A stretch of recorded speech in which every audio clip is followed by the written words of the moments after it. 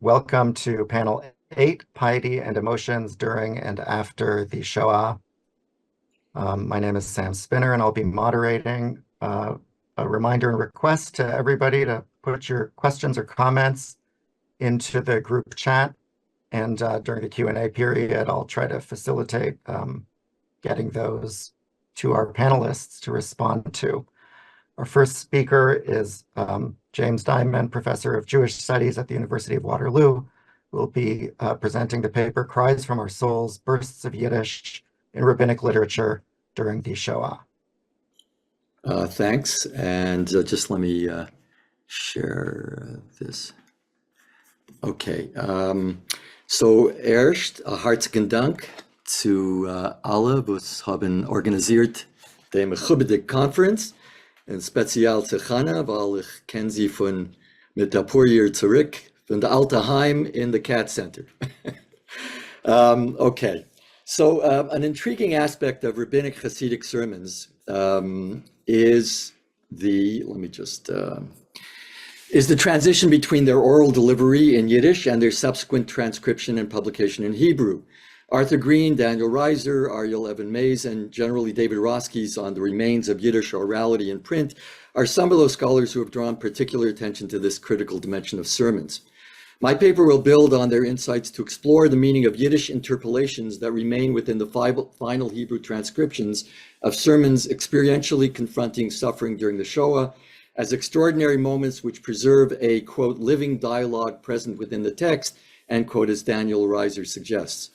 Rav Kalonymus Kalman Shapira's sermons, Drashos Mishnat Hazam, delivered, transcribed, and ultimately buried along with the Oineg Shabbos cache, provides an instructive case study of this phenomena. As the rarest of surviving rabbinic testimonies of suffering and theological rabbinical struggle to comprehend it, chronicled contemporaneously with its lived experience during the Shoah, they are critical for addressing the questions related to Yiddish within the context of the Shoah that are itemized as specific concerns of this conference.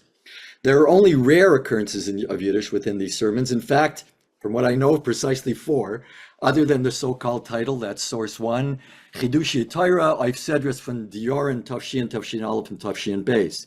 However, this small sampling might in fact be advantageous toward determining the motivations for their sudden interruption of a sermon's Hebrew transcription. The scarcity is more pronounced when compared to other writings in his corpus, which more frequently and sporadically burst into Yiddish. I will argue that Yiddish interpolations share a certain valence that communicates a substantive dimension of lived meaning which Hebrew would fail to convey. In each instance, context and theological message dictated the usage of Yiddish, absent which the full impact of thought infused with experience would not have been expressed adequately. What links all the instances of Yiddish in the sermons as is their appearance in the context of extreme loss of selfhood being experienced in the ghetto. This is somewhat analogous in a secular context to what Sven Erik said yesterday about the loss of agency with respect to ethics. They express some semblance of remaining identity as a Jew, of belonging to a specific community after suffering physical, spiritual, and emotional obliteration. Since on a certain Kabbalistic level, the sermons are addressed supplicatingly to God, they draw God's attention to the communal residue of Jewishness in desperate need of God's intervention. In his pre-war writing, B'nai Machshava Tova, Rav Shapira specifically recommended resort to bursts of Yiddish he had incorporated in that work at times of, and this is source 2, Zmanim Kedoshim shel his, I'll say it in the way he probably would have said it, shel hisrakshus afislavus vishtapchus hanefesh. Deep emotion and passion. And we can't see source 2, you have to scroll. Oh, you know what?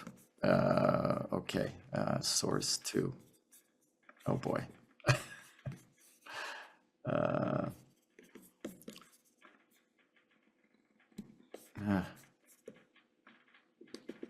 Does that make sense? Yeah? Okay. Okay, sorry. So that's source 2, and deep, quote, deep emotion and passion, an outpouring of the soul when words escape out of profound emotions like those I cited in Yiddish elsewhere in the treatise. He recommends adopting those expressions on those occasions, quote, when you wish to arouse yourself from sleep to plead with God for those words, and this is important, Diburim ha'ela v'schanin bohem es Hashem, ki diburim elu nitzutze nafshecha heim, mimena nachtzevu uv'tzurais elu nizriku. That is, God, these words, Yiddish, are sparks of your soul. They were excavated from it and were cast into these forms, end quote. In other words, Yiddish facilitates communion with God since it embodies fragments or sparks of one's root soul, and thus its gravitation toward its divine source constitutes a linguistic medium that draws God's focused attention toward the specific individual petitioner. So I'm just going to deal with one. These are intricate kind of rabbinic, Kabbalistic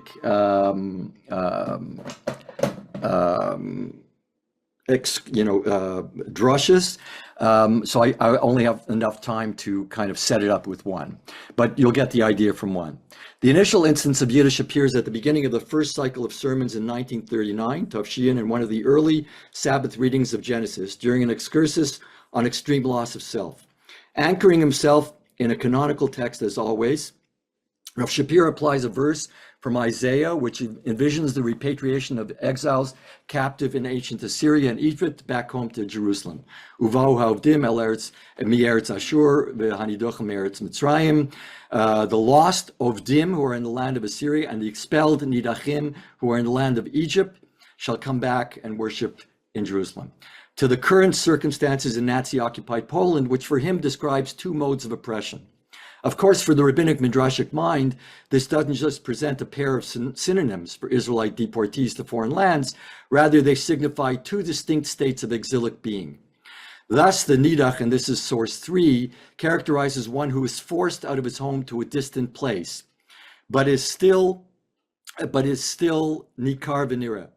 He's still recognizable, while the Oved is so hopelessly lost that he becomes unrecognizable and invisible.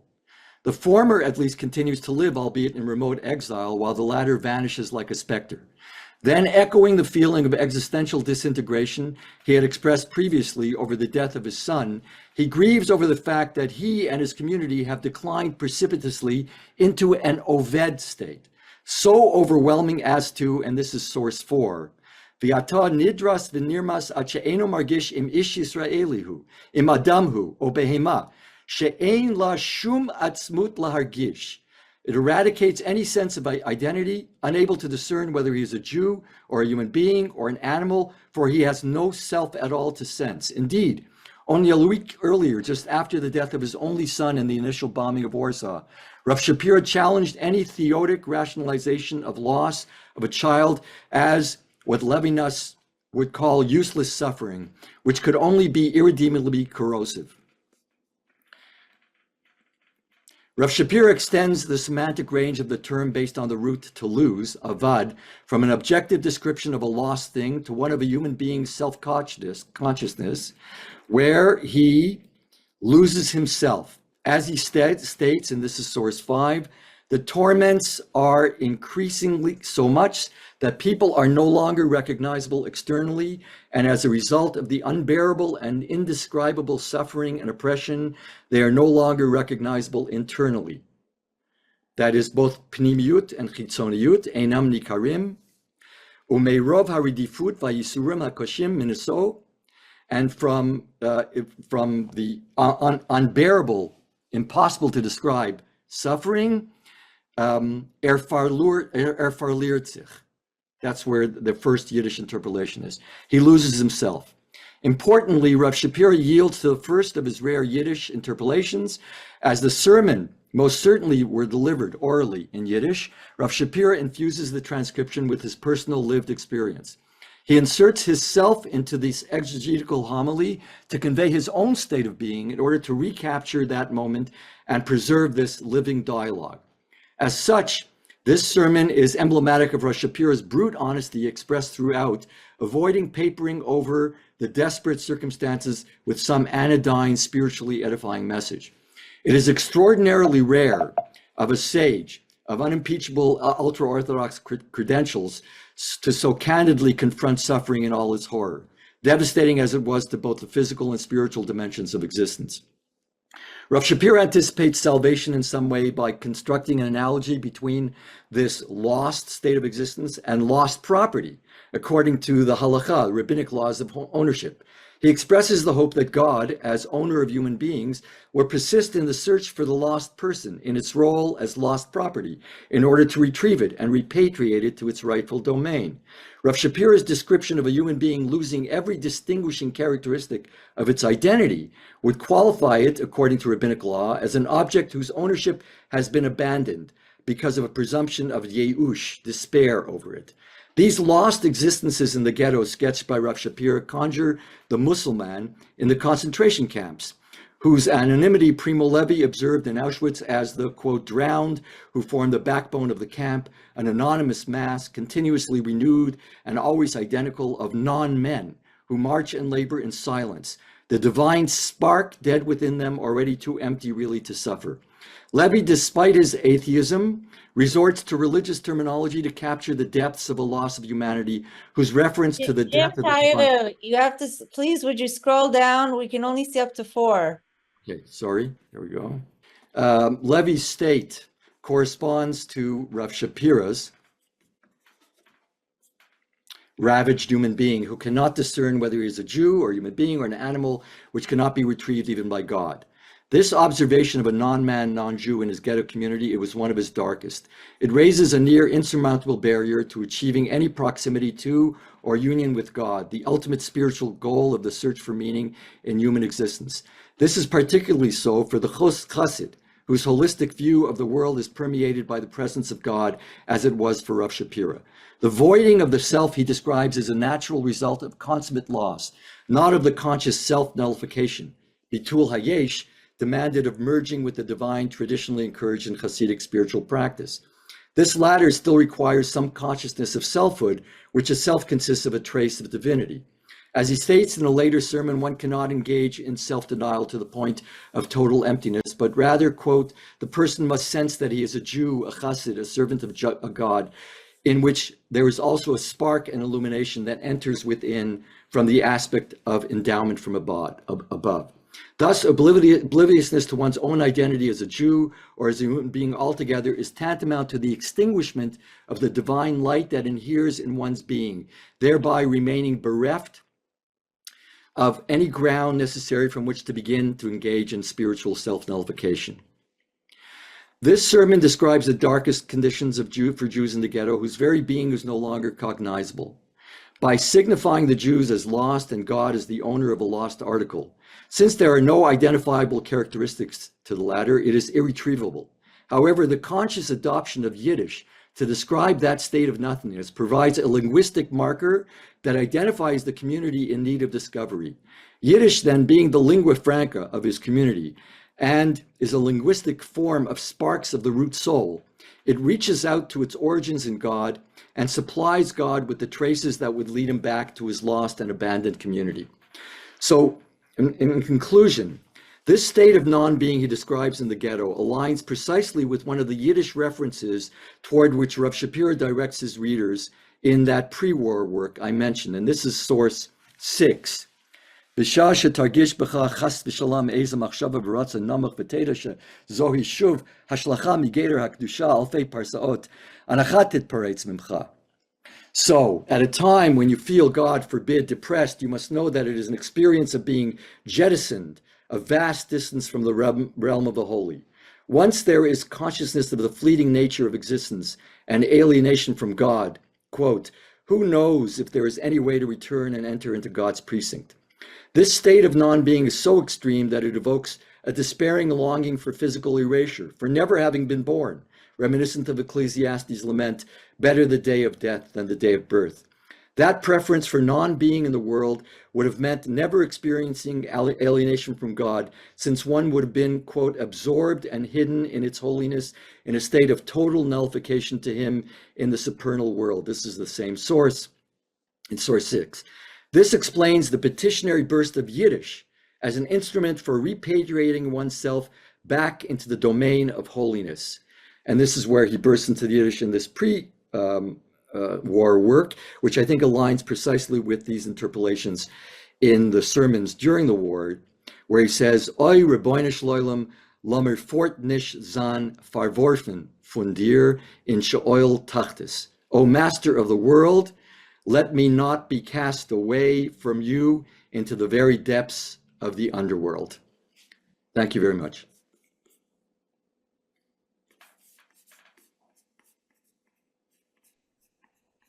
Thank you. A reminder for everybody in the audience to put their questions into the chat as we move on to our next speaker, traveling eastward from Waterloo, just north of my hometown of Hamilton, Ontario, to Toronto.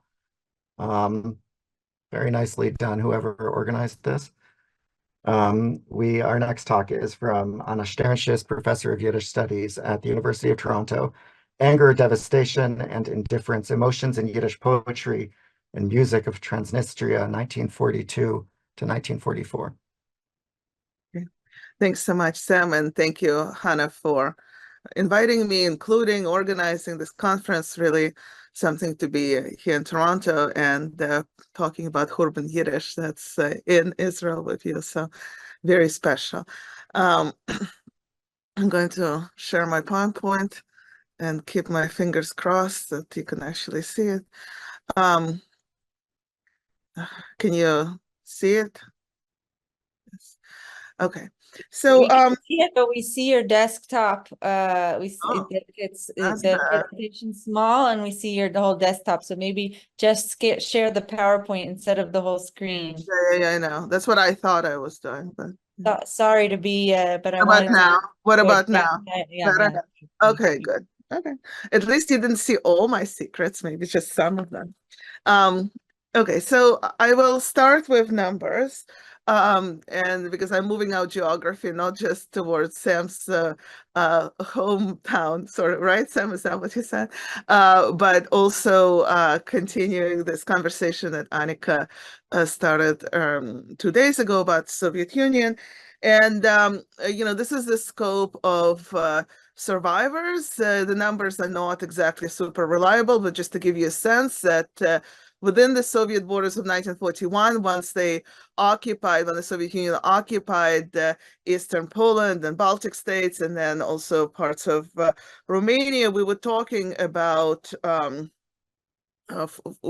million Jews, more or less, living in the Soviet Union. So between 2.5 and 2.7 million of them were killed within those Soviet borders. And these are the numbers of survivors. The first three numbers are survivors of Nazi-occupied Ukraine. So part of Ukraine was occupied by German by the German army. That's where the survival rate was between 1% and 5%.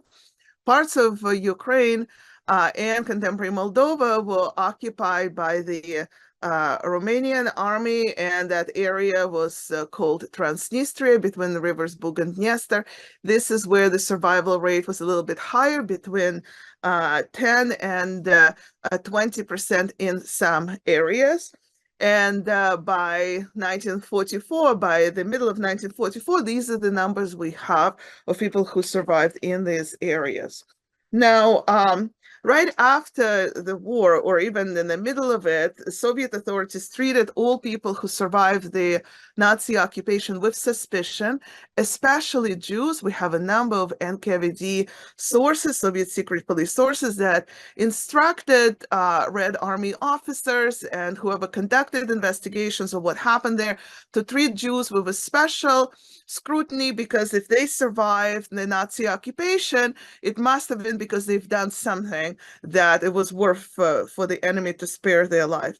So a lot of Holocaust survivors right after the war went straight to Soviet Gulag because they could not really prove what they have done there. And we have some research on that. Diana Dimitrov works on survivors from Transnistria. French historian Elaine Bloom has just finished a wonderful monograph about all these survivors of Vilna ghetto who did not leave Vilna after the war, people like Sutskever, Abakovner ended up in Israel, and Palman Palestine in Israel. But some of the people who they worked with, who they socialized in Vilna ghetto, sometimes collaborated on a number of resistance initiatives, ended up straight going to Gulag because they were accused in supporting Zionism in Vilna ghetto. So to make a long story short about this is all to say that a lot of Soviet Holocaust survivors learned very quickly that it would be much better to lie and to somehow say that they survived the war in Central Asia, or they served in the Red Army, and they lost all the documents. So the point that I want to make about this is that unlike in many other European places, such as Poland, where there was a whole Jewish ethnographic commission set up to collect testimonies of survivors, the only kind of body that investigated what happened with Jews in the Soviet Union was the punitive one. So Soviet secret police that was that established extraordinary commissions for investigations of extraordinary crimes and of Nazi occupiers. So nobody has really fully interviewed survivors about their experiences. Nobody has fully dealt with children and their traumas, something that we talked about yesterday when we talked about Unsere Kinder and all this. So, and there was definitely no systematic effort like in France or Hungary or United Kingdom to try to, I don't know, rehabilitate those children. So the only exception to this rule was a project which came from a completely different field, not the one we associate with collecting testimonies or with rehabilitating children or survivors from trauma, and that is from the studies of folklore. Ukrainian Academy of Science kept its very small and shrinking division called Cabinet for Studies of Jewish Culture throughout the war and soon after the war. And it had 4 sections, linguistics, that's where Eli Spivak worked, literature, and also folklore and music among them. So the head of the folklore section was the Soviet Ukrainian Jewish scientist Moisei Beregovsky, and between 1944 and 1947, he and his colleague, also linguist like Spivak, Ruvim Lerner, led a number of expeditions to the recently liberated Ukraine, usually areas of Transnistria, to identify survivors and record their songs and jokes, not their stories, although stories they could record a little bit as a context for the music and poetry that they were collecting, but that was not the main goal of this expedition. So this is my Google map. I'm very impressed with myself. I don't know if you're impressed with me, that I was able to, point out where they actually went between 44 and 47. And during those expeditions, they were trying to identify survivors for the reason that I outlined at the beginning, that it was very hard to talk to adults. They recorded a lot of music from children because children, after some investigation, forgot what their parents told them not to say to anyone who would ask, and they did admit that they survived the war under the occupation. And altogether, they were able to record 263 original pieces, songs or poems, a lot more stories, and also jokes from people who survived the war under the Romanian occupation. So sometimes, so the methodology of the project was that Beregovsky and his team that consisted of the linguist who I showed you, Ruvim Lerner, a folklorist Hina Shargorodskaya, and Ida Shaikes, and also poet Sholem Cooper-Schmidt, sadly no photos. The methodology was that they wrote down the texts of what people were singing or saying to them. Sometimes they recorded some of this stuff on phonograph, and I'll be able to play, hopefully, one piece from those materials for you. Miraculously survived in Ukrainian National Library. But also, they often ask children to write down the words of songs that they just performed. So in addition to folkloristic notes and ethnographic notes written by professional, always by hand, they also have collected this type of material written by kids themselves. And this is, for example, a text of a Transnistrian lullaby, a song that was super popular, it seems, in the Romanian-occupied Ukraine, because they recorded it from at least 8 different people. But you see on your screen, this is the words are written on a notebook, on a school notebook, by beautiful children's handwriting, and this is the words of how that particular young woman, 2 of them, one 12-year-old, Alvina Kur, and another one 14-year-old, who both survived the war in Mogilov-Podolsky ghetto, wrote down the words of this song. So it's another interesting example of material culture. So another thing that I need to say about this project is, of course, when Beregovsky and his team went to write down all these materials, they did not exactly work in the atmosphere, I don't know, academic freedom, so they could write down everything that they came across. People who they spoke to, even children, didn't know if they were allowed to say everything and write down everything. So we have a lot of dilemmas that went on how to preserve this material. A lot of things, for example, were not allowed to say. One of the things that was completely a no-no in studying folk creativity during the war was an idea of hopelessness. In other words, Soviet Jews were not allowed to express the loss of hope during the war, because if they did that, that means that they doubted the Red Army and all this. So Beregovsky had to make decisions of how do you write things down. And other things that was not really allowed is to write down profanities. So one could not write a lot of things that, made fun of, they could write down things that made fun. There's a lot of humor in it, but nothing with profanities. So we're working with a material that's censored by informants and then censored again by people who wrote it down. Beregovsky was hoping to publish this book with some of those selected materials, and they too had to deal a lot with revising it. And because the archive of the Ukrainian National Library preserved those materials, we could see exactly how the process of censorship went. This is an example from one of the songs from 1945, written in Pechora concentration camp / ghetto, where, it ends, as you can read in Yiddish, saying that there is no, that it says well, there will be, we're here in Pechora, and maybe the light of life will shine to us. So, from the past days, frier tag, right? But you see, it's all crossed out because it's not resistance enough. And Beregovsky's handwriting wrote Lomeren von die Mörder mit die, Bixen in die Hand. So, right, let us respond to the murders with the guns in our hands. So, it's the project that tells us both the materials from the time, how people making sense of the experiences of occupation, also scholars who want to preserve all these materials, they understand its importance, but also dealing with a system that really is against them in documenting history.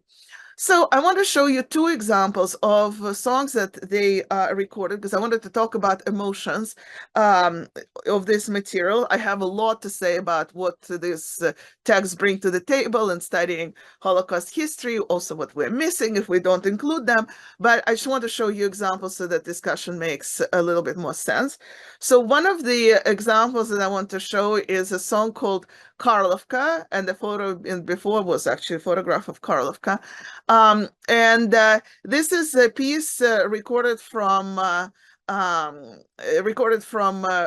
Mitzel, a 19-year-old woman who survived Karlovka, a very small village in Transnistria, the one that left almost no documents. Prisoners lived there together with animals in a pig stein. And the words of it are, describing exactly how she felt. She was probably deported to Karlovka from somewhere else, talking about exactly how she felt there. And the main emotion that she felt was a true, deep hate of Karlovka. I see that I have almost no time left, but I want to make sure that you hear a little bit of Frida Mitzel herself singing that song, the Berezovsky, 1945. Just a second. 2 minutes, so we have a little time to listen.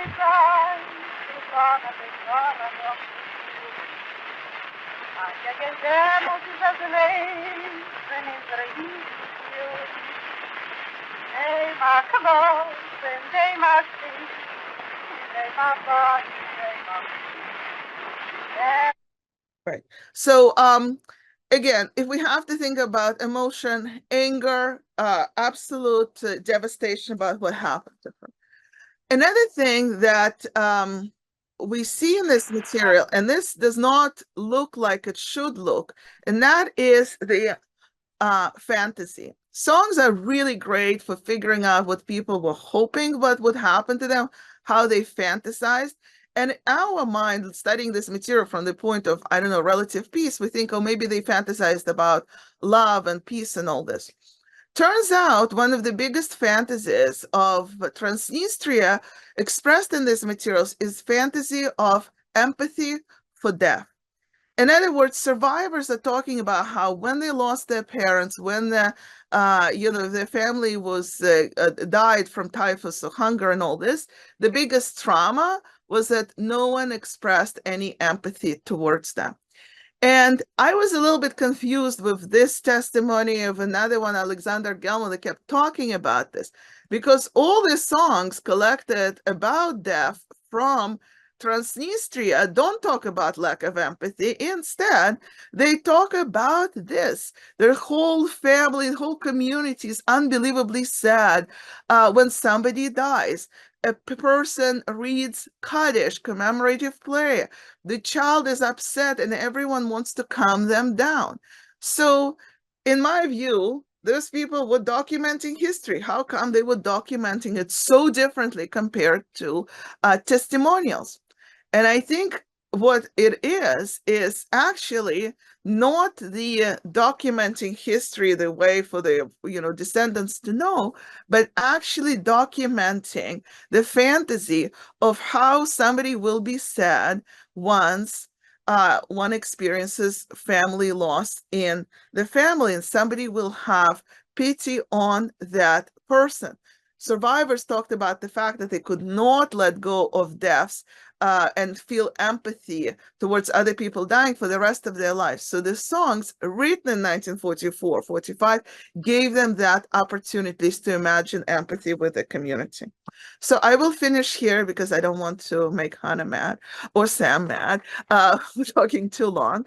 But I do want to say that what mattered to people then, how they expressed it, and also the emotions of the time. These are some of the things that I see in this material and happy to discuss later. Thank you so much for your attention. Thank you very much, Anna.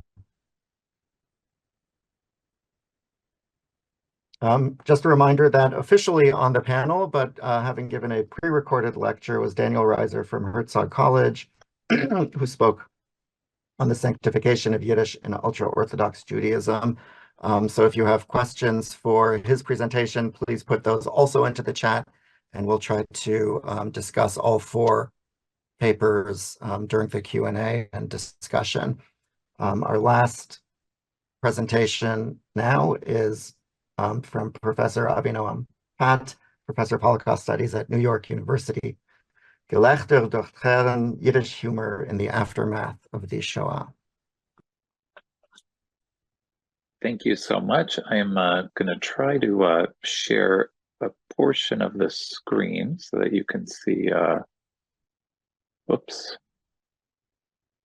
All right, you can see the part of my slideshow. Yes? Okay. So thank you so much for the introduction, and thank you again to the organizers for, as we've all said, for organizing this extraordinary opportunity for us to meet and discuss these fascinating topics. I'll launch right into it. So, Gelächter durch Tränen. Thus, Moshe Nudelman titled his 1947 volume on humorous and satirical works in post-war Poland, published in the series Das Polnische Judentum in Buenos Aires, a humorous look at Jewish life in Poland and Germany after World War II. Nudelman invoked the oft-cited legacy of Shalom Aleichem, who was praised by critics for his ability to create laughter through tears. What, we might rightly ask, could have been humorous about Jewish life in post-war Europe? In the immediate aftermath of the war, Dr. Zalman Grinberg, the first leader of the liberated Jews in post-war Germany, marked liberation from the German camps in a speech at St. Ottilien in late May 1945, telling his fellow survivors, quote, "We are free now, but we do not know how to begin our free but unfortunate lives. We have forgotten how to laugh. We cannot cry anymore. We do not comprehend our freedom yet. And this because we are still among our dead comrades." A few years later, writing in the United States in 1951, Irving Kristol eulogized the passing of Jewish humor in an article in Commentary magazine, writing, quote, "Jewish humor died with its humorists when the Nazis killed off the Jews of Eastern Europe," unquote. As unlikely as it may seem, Grinberg and Kristol were mistaken, and Nudelman was correct. Jews in post-war Germany and Poland had not only not forgotten how to laugh, they actively sought out opportunities to laugh even through tears. An examination of Yiddish humor in the DP camps revealed that humorous songs, theater, jokes, literature, and art functioned as a means of processing the recent trauma of the war, of coping with the enormity of the destruction, and of enduring the seemingly endless and absurd nature of continued Jewish existence in Germany after the Holocaust. Humor also helped maintain a sense of psychological superiority for dehumanized Jews, while also serving as an outlet for subversive and satirical observations on the state of DP camp politics, the seeming powerlessness of the DPs in relation with the international community, and the nature of social interactions with their recently defeated German neighbors. The continuities between pre-war, wartime, and post-war Yiddish humor also signified the Jewish ability to endure and survive through almost all circumstances. Of course, wartime humor was an outgrowth of pre-war humor, a distinctive Jewish humor reflected in the words of Shalom Aleichem, "Af tzalachas nish geweint," holding back the tears out of spite. Before and during the war, Jewish humor drew on legacies of earlier catastrophes and contained a great deal of self-mockery. During the war, jokes also often took the long view, imagining a future reckoning with Hitler. As one Yiddish rhyme sung in the Warsaw Ghetto suggested, "Lemel sein freilich und sagen sich Witzen, mir wollen noch Hitler und Shiva noch sitzen." Let us be happy and tell jokes, we will yet live to sit Shiva for Hitler. Jokes recorded by Rabbi Shimon Huberbound in the Warsaw Ghetto and included in his study on religious life in the ghetto, Kiddush Hashem, part of the Onik Shabbos archive, captured the bitter, often religiously inflected humor of Jews living in the Warsaw Ghetto. There was also that humor which satirized Jewish life during the war, such as the songs of the Lodz Ghetto by Yankel Hershkovitz, that subversively chronicled life in the Lodz Ghetto and captured the complexities of Rumkowski's rule through irreverent wit and wordplay, as in his best-known song of puns, Rumkowski Chaim.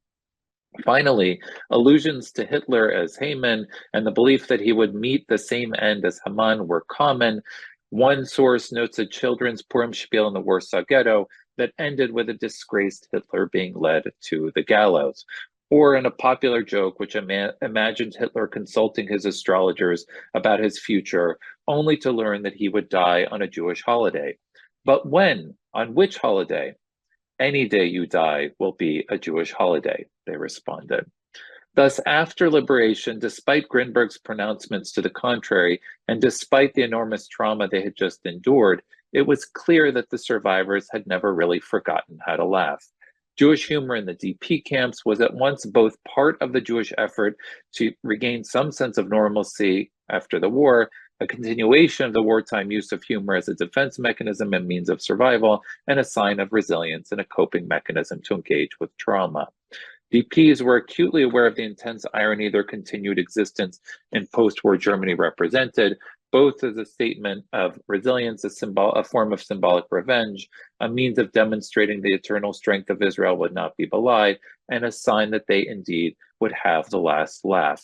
In various ways, DPs noted the irony of their present circumstances, be it in a casual photo of Jewish youth sitting in front of the Wannsee train station, taking pleasure in the fact of their very being, or in the actions of young Zionists who appropriated Nazi estates for kibbutz work on at least 40 farms created for this purpose.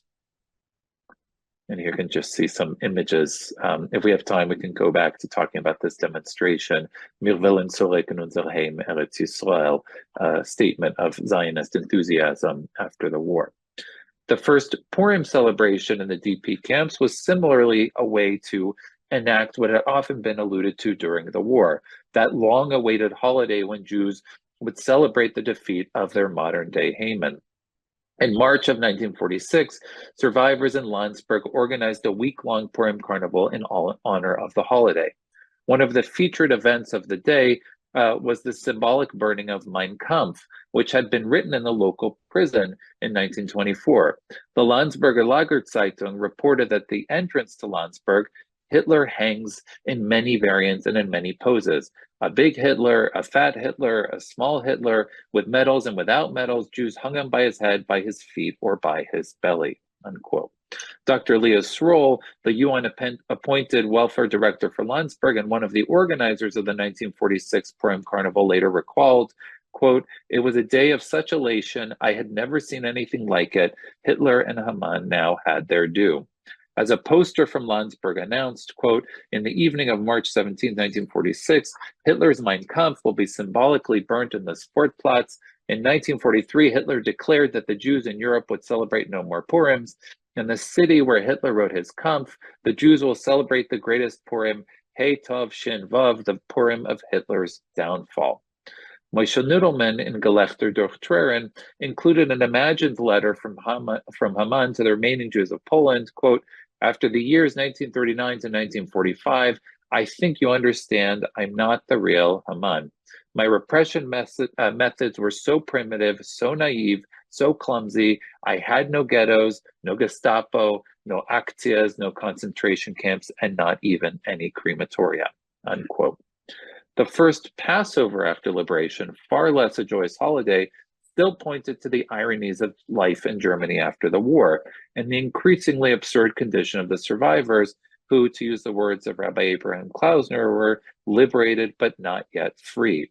The Survivors' Haggadah, written by Yosef Dov Scheinson, noted the ironies of continued Jewish oppression and enslavement on the Festival of Freedom, perhaps nowhere more poignantly than in a rewritten Dayenu prayer. And I'll just read a small excerpt. "Had he given us the slaughter in Ukraine, but not Hitler, we would have been content. Had he given us Hitler, but no ghettos, we would have been content. Had he given us ghettos, but no gas chambers and crematoria, we would have been content. Had he given us gas chambers and crematoria, but our wives and children had not been tortured, we would have been content." Through this historical referencing, we also see a means of explaining the most recent round of Jewish suffering within the long history of Jewish persecution, again suggesting the eternal strength of the Jewish people. The activists in the newly created DP historical commissions also focused on collecting examples of humor and wartime folklore as part of their broader documentation projects, which functioned as an affirmation of Mil Zayin and Dov. Yisrael Kaplan, you can see her with his son Shalom, academic secretary of the Historical Commission and editor of the Jewish Historical Commission's journal Von Letzten Chorben, took an active interest in Jewish folklore from the war period. A key part of Kaplan's dedicated ethnographic work was his effort to collect examples of Jewish expressions from those Yiddish Volksmäul, from the mouth of the people. The expressions, mottos, and witticisms which were created by and circulated among the captives contained within them the power to comfort and encourage the brokenhearted. And this is a quote from his writings. Kaplan's research on humor and wartime folklore also demonstrated the unifying function of humor. by helping to create a collective identity of the Sheres HaPleita, the surviving remnant, who suffered together, laughed together, and managed to sometimes outwit the Germans together. Thus, for example, in the section of Von Letzten Chorben titled Das Yiddish Volksmoil, and the subsequent publication of the same title by Kaplan, he described the double meanings of words and coded language in Yiddish and Hebrew. Jews throughout occupied Europe also developed this underground language, often based in Hebrew references and coded references to liturgy and biblical texts, to refer to all aspects of daily life in the ghettos, camps, and in hiding. Kaplan explained, and I'll just give one example here, that the term, for example, yale, literally to rise up, had various meanings. When inserted into holiday liturgy as the Yale V'Avo prayer, the prayer was literally a supplication for Jews to rise and come before God. In its various uses in ghetto parlance, Yale V'Avo could be used as a code to refer to, for example, the arrival of a German officer who was coming, or a Yale, one who rose up, was used satirically to refer to those Jewish social climbers in the ghetto who rose up in the ranks of the Judenrat or Jewish police to protect themselves. Kaplan suggested that Kovno ghetto songs frequently referred to the Yales by these terms to describe their broader appeal. Yedir Yale, Hotakale, and Politse Hotzutzve. Each Yale has a bride, and the policeman has two. The historical commissions also collected examples of jokes and curses used by victims under Nazi rule. Here you can see examples of curses at Hitler's expense. For example, Hitler should lie so deep in the ground that a rabbit can run by on a summer day, or the common curse, Hitler should grow like an onion. Das heißt, this means with his head in the ground. Curses used by victims under Nazi rule throughout Europe thus seem to demonstrate the commonality of a subversive humor as a collective Jewish response to wartime persecution, and again evoke the aggressive function of humor. Beyond that humor, which processed events of the very recent past through symbolic inversions, acts of revenge, or demonstrations of resistance, humor in the DP camps also satirized the absurd nature of Jewish life in post-war Germany through songs, music, theater, and literature. And I'll just skip ahead to one example here. Henny Dermashkin, who sang in the Vilna Ghetto and performed extensively with the Central Italian Orchestra and DP centers across Germany, not only recorded the plight of the Jewish DPs, their longing for different times, which was one of her songs, and their desire to leave Germany behind for Eretz Yisrael, but she also ridiculed policies of UNRWA and the Joint. And here you can see one example in her song, Jointel. Joint, oh joint of mine, you promised things so sweet and fine. Why don't you look instead at me? Our enemies will howl with glee. What good are all these speeches from Joint and Uncle Sam to me? You either drop with hunger or take what you see. And here's another one on 10 UNRWA cars.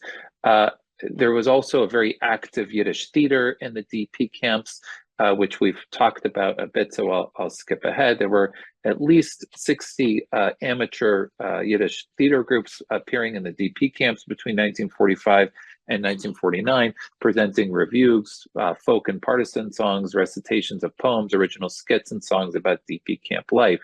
The Munich Yiddish Theater, active between 46 and 49, played dramas and comedies by Pinsky, Goldfagen, Glanz Leilis, Gordon, to tens of thousands of spectators.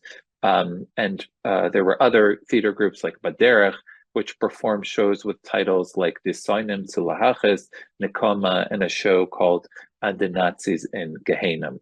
Beyond those forms of humor, which either functioned through music or theater or sought to channel the trauma of the war in a creative manner, there was, of course, a flourishing world of satire that inhabited the DP camps, building on a rich and wartime legacy, a pre-war and wartime legacy of satire. Leo Schwartz, who was JDC post-war director from 46 to 47, noted various slang terms in use in the camps, including those terms collected by Kaplan to refer to wartime experiences. In a volume called Liberty or Freiheit, an illustrated periodical published by the liberated Jews of Landparteien in August of 1946, the editor included a collection of jokes making the rounds of the DP camps, including a joke on the baby DP boom. And this one, called Modern Times, went like this: a young man came into a baby carriage store and asked the price of 12 carriages. The owner asked, "Why do you need 12 all at once?" The young man says, "Yesterday was 1 month since I was married and my wife gave birth to a child. Why should I buy a carriage every month? I'll get a whole year's supply at once." Often Symbol was a satirical journal that seems to have been published only once, at least I could only find one copy of it, and included various satirical observations on life in the DP camps. One quite revealing section provided a lexicon for readers that poked fun at the realities of Jewish DP life and politics. And so here you can see this. Sorry, we're at 15 minutes now. 15, okay, I'll wrap up in 2 minutes. This modern lexicon, for example, you could see a president was described as a person who, although he travels by automobile, never arrives anywhere except at a banquet.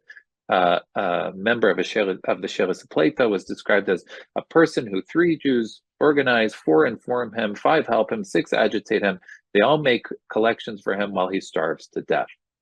The same volume included satirical articles poking fun at various aspects of DP camp life and politics.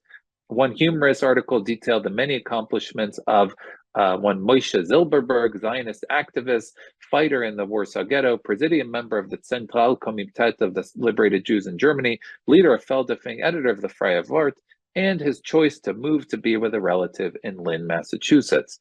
This was not far from an ironic reality of DP Zionism, as many, quote, Zionist leaders of the Jewish DP population, like Zalman Grimberg, Shmuel Gringaus, the ardently Zionist American Jewish chaplain Abraham Klausner, all ended up in America.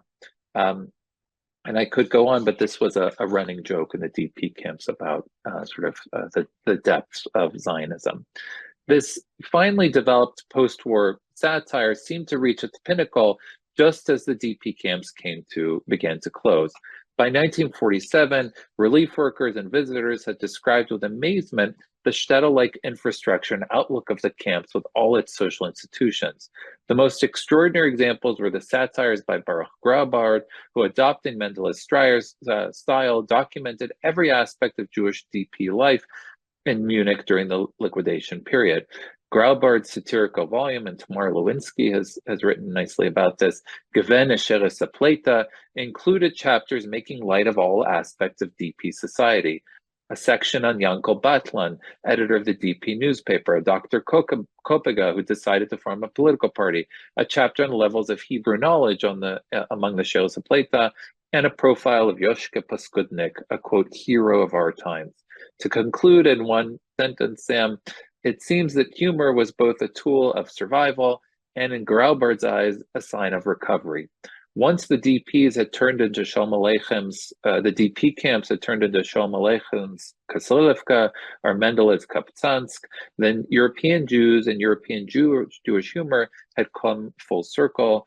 Indeed, they had both survived. Thank you. Thank you so much. Okay, now we have plenty of time for questions and discussion. Please keep the questions coming into the chat. And also remember, I'm not sure if Daniel Reiser is on anymore or able to respond, but we can still talk about his pre-recorded lecture. Lots of interesting stuff in there.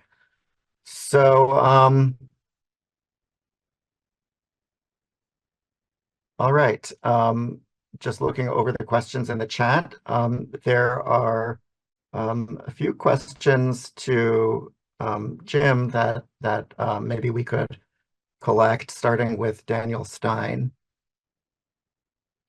Oh, yeah. So and I want to thank also Daniel Reiser, because it's his remarkable work on the Eish Kodesh and the 2-volume edition he put out that is so striking with that facsimile. But I'm just curious if there's any chronology to the Yiddish in the volume.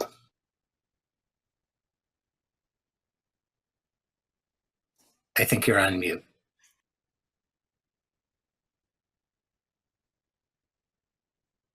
Yeah. No, that's an interesting question. I mean, there's very few, but the 3 out of the 4 seem to be located towards the end, towards the very last, starting from January 1942 to about a few weeks before the very last one, and then the Great Deportations. So the one that I concentrated on was one that comes right at the beginning, which is interesting. I mean, your question kind of resonates with me, because that's, you know, why in those particular ones. That one, the one that I did, which is total loss of self, occurs pretty soon after he lost his own son. And one of the most kind of radical drushes is given in Chaye Sarah about the loss of a son having to do with the Akedah. So that could be because of that, and then the rest of them occur well into after the point where he says, "This is really indescribable. We've never experienced stuff like this." So it's an interesting thing to, I think, take into consideration. Yeah. And Hannah, you had a technical question that I think that Eric also echoed for Jim. Yeah, just you described the live performance delivery of these sermons really quickly, and I kind of missed it. So what was the Hebrew Yiddish relationship in the live delivery? So that I really, I guess we all missed it. I mean, it's not, we don't really know, right, about the performance. And truth is, I don't even know if these particular Yiddish interpolations actually occurred in the original Yiddish either. I mean, there's not much there. I mean, what is most interesting is the fact that he would either insert them here, and they're kept, you know, if you look at the manuscript, they're actually kept in brackets. I mean, he has the Hebrew, but then he keeps that in the brackets. So it could be they were in the original, and he's retrieving kind of, you know, the impact that would have had in accordance with the theme that I'm trying to develop that links all these, or it could be that he actually, you know, inserted it and they weren't in the original. Obviously, when he's drafting them, you know, you're not gonna have verbatim the original. So I don't know, you know, how I could answer that. I mean, except that I would think that it most likely captures something in the original performance. And that's what he's trying to do. Your question, I mean, is well taken. That's what he's trying to do. He's trying to capture that orality. If he can no longer, in some of these, he can no longer even talk to anybody, I think. He's kind of giving drushes maybe to nobody. He's talking about how the community is decimated. And so this is also a way of maintaining some semblance of a Yiddish neshama, right? Of people who were once there, who are no longer there. So I you know, I don't know if that answers adequately, but yeah. And in terms of, I know, but sorry. Yeah. Sorry, I just wanted to jump in about the chronological relation. Are we assuming, or are you assuming, that the manuscripts were written after the delivery of the drushas simply because that was the standard practice, or is there the possibility that he actually composed these before delivering them orally? Or transcribed them first? Yeah, I think, I mean, my assumption is that they were written after. We know now, because of Daniel Reiser's edition, that you can't exactly chronologically follow the drushes because he was constantly editing them. So we know he was constantly editing them after he actually transcribed them. Now, your question, it would seem likely that he gave them in Yiddish and then transcribed them, and then he continues to edit them, and then chronologically it becomes a little bit complex, because some of the drushes where some people kind of just correlate directly to when that drusha was given can't be done anymore completely, because he went back and changed things, crossed things out, edited things. He even talks about various glosses, you know, and when they were inserted, why they were inserted, and he continues to edit them even after the drushas end. So you know, I don't. Your question, I suppose it is possible that, you know, he's writing things down, but I don't think so. I don't think so.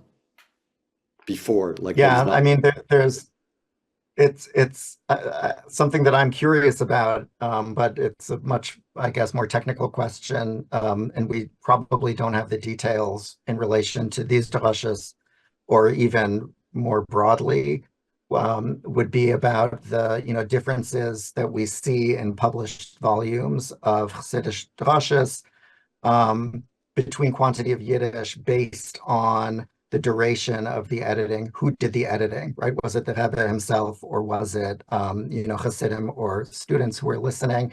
And also something that I've noticed, although, I'm kind of interested in this semi-professionally, I haven't made a study of it, but in looking at Yiddish in a lot of Sifrei Kodesh, and also in looking at Hasidic Sifrei Kodesh written in Yiddish, and there's only very few of those, there's also a difference in the quantity and the type of Yiddish based on, shall we say, the spiritual / intellectual abilities of the Rebbe. And that would also then play a role in the ability of the Rebbe to edit the works, recompose them simultaneously in Rabbinic Hebrew, right? So there's kind of an interesting question of editing. And then to think about editing as something happening in a ghetto is sort of an amazing reconceptualization of literary production. And of course, here, I mean, you actually have the manuscript, and you see him going. He says he goes back to drushes, and he says, for instance, in one very famous one, what I said here is no longer true. In an early, so that's going on clearly afterwards. But your points are, very interesting to consider. Yeah. We have a bunch of questions for Anna. Let's see, starting at the top. Miriam. Miriam maybe is not there. Miriam asked for clarification about Anna's argument that the songs were, as Miriam puts it, were they a way to resist desensitization in the face of mass death? And then I think Matt expands in a way on Miriam's question. So Matt, do you want to put that to Anna? Oh, sure. Just very briefly, I think it's just a question about, I was really interested in that point in your talk where you highlighted the difference between your reading of the songs and then the kind of what you find in testimony. And I was just wondering if in the testimonies, there's also a kind of like reflection on what it had meant to sing and to collect these songs, and to think about the different ways we might conceptualize that. Thanks. Should I answer, Sam? Or should we also add Sonia's question? Just answer, right? Oh, yeah. So Sonia, yeah, may as well do that. Sonia, go ahead. So, I mean, I was really intrigued by your talking about empathy.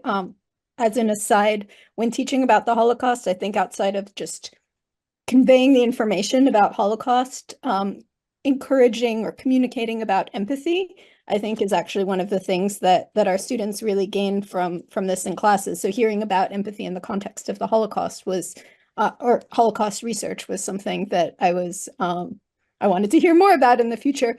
And so like my question regarding your corpus is about with this fantasy of empathy, or with the like hopes that people would have empathy, what are the sorts of relationships? Is it meant to be like people who are close to people? Is it or maybe even the world on a broader scale? And as I mentioned in the comment, I was thinking also about the implicit criticism in Elie Wiesel's Yiddish memoir, Und die Welt hat geschwiegen, the sense that the entire world had ignored the Jewish people. So I was curious about some of those dimensions in the songs that you're looking at. Okay, yeah, thank you. So with empathy, I have to say it took me forever to make a connection, because my assumption was that music documented violence and documented it in a very good way, in very concise way. A lot of perpetrators are named, a lot of heroes are named, a lot of streets are named. So it is like written in desperation that the world will forget, and that here's what I want to say about this. And we have very short songs written by very small children about, you have to know who abused us, who killed us, and it's not just a cemetery, it's us who were here. And yet, like the songs about parents' death, or siblings' death or other deaths, they're very impersonal. So the moms are never named, siblings are never named, and yet the ritual is very closely elaborated. So in the songs that I showed you, they talk about Kaddish, and I read memoirs of Beersheba Ghetto. There's a lot of songs from that collection came from Beersheba, and well, what can I say? Kaddish was maybe mentioned once, or twice. It's not, instead, people are talking about physicality of death, how they have to sleep with their dead parents for a long time until those bodies are removed. There's a description of removal of golden teeth from corpses, and this is something people can't forget for decades. So there's this disconnect between songs that are normally super specific about tons of things, but not that. And the deaf is always about this compassion and empathy and all this. And then it occurred to me that, wait a second, why am I denying them the right to imagine life, how it would be, I don't know, would give them comfort then, because when they interview decades later, this is not what they want to talk about. And once that lens came in, a lot of things began to make sense. And I think in the moment when they lost their parents, this is what they wanted to see, empathy. I also want to add that for smaller children in Transnistria, once their parents died, if there's no orphanage, that's almost always means a death sentence for them as well. So it's not just about grieving the loss, it's also grieving their own fate, because that is probably unlikely. So once that lens is in, a lot of things became a lot more clear to me. Now, in terms of songs and testimonies, people who talked about really horrible things that happened to them often keep distance. And you would think, and this is what I noticed, like more gruesome details, more really kind of specific memories, people keep straight face. And I once even saw in Shoah Foundation, examples when the interviewer tells people, you seem so calm when you talk about those atrocities to the interviewer, like accusing the person of not feeling enough, the moments when people do often break down is when they remember a song from the time. And I've seen a number of interviews where people talk about horrible things that happen. And then they say, well, there's something I want to sing for you because I think it's really important that people know. And they can't, like in the midst of the song, they start breaking down and cry.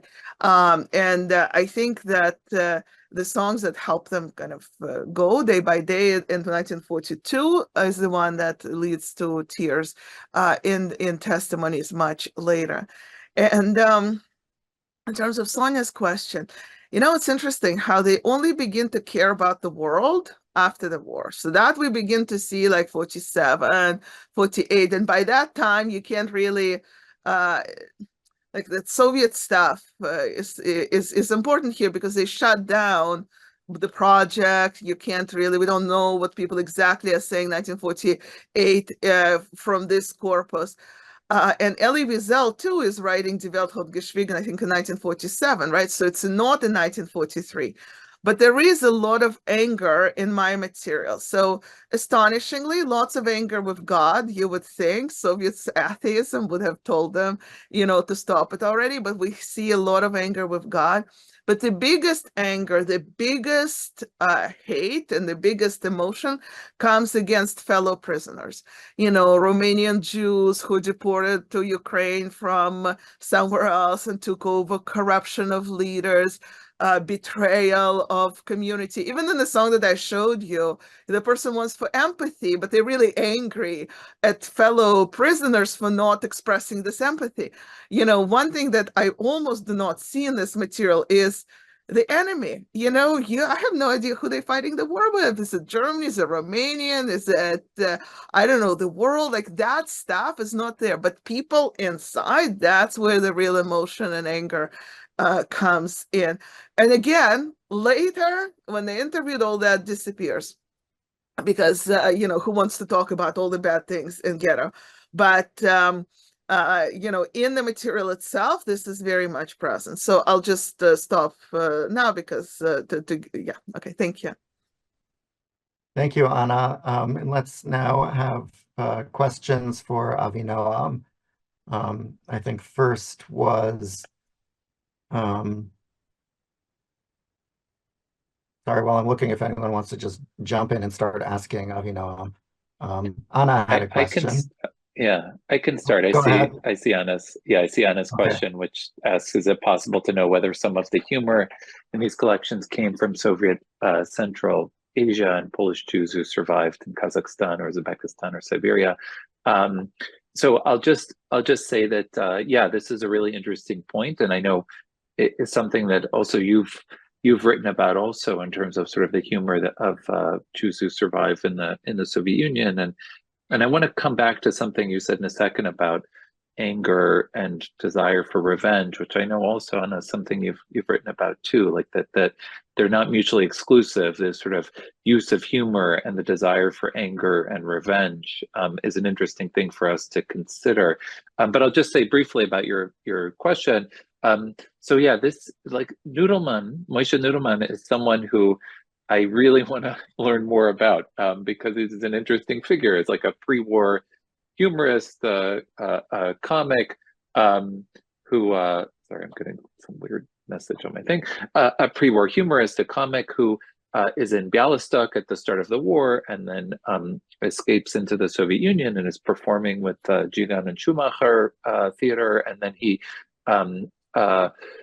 ends up in a Soviet labor battalion during the war. And I have to imagine, right? Like, so this is this volume, this Gelächter durch Tränen, which is all this stuff is digitized in the Yiddish Book Center. Also, he's collecting material over the course of the war also. So this is like a really fascinating thing to examine, how these humorists are paying attention as the war is going on. Like, they're the ones who are like, well, what are the jokes that people are telling during the war? And so it'll be interesting to see, and I'd love to find out more. And then after the war, he like writes these comedy collections about a Griner in New York and Ich mach the Leben and whatever, like just making jokes in the aftermath of the war, and same thing in Israel. So which then brings us to this question of continuity, which I think came up in one of the questions from the general audience about and Chana, I'll come back to your question in a second, but there's a question from the general audience which said,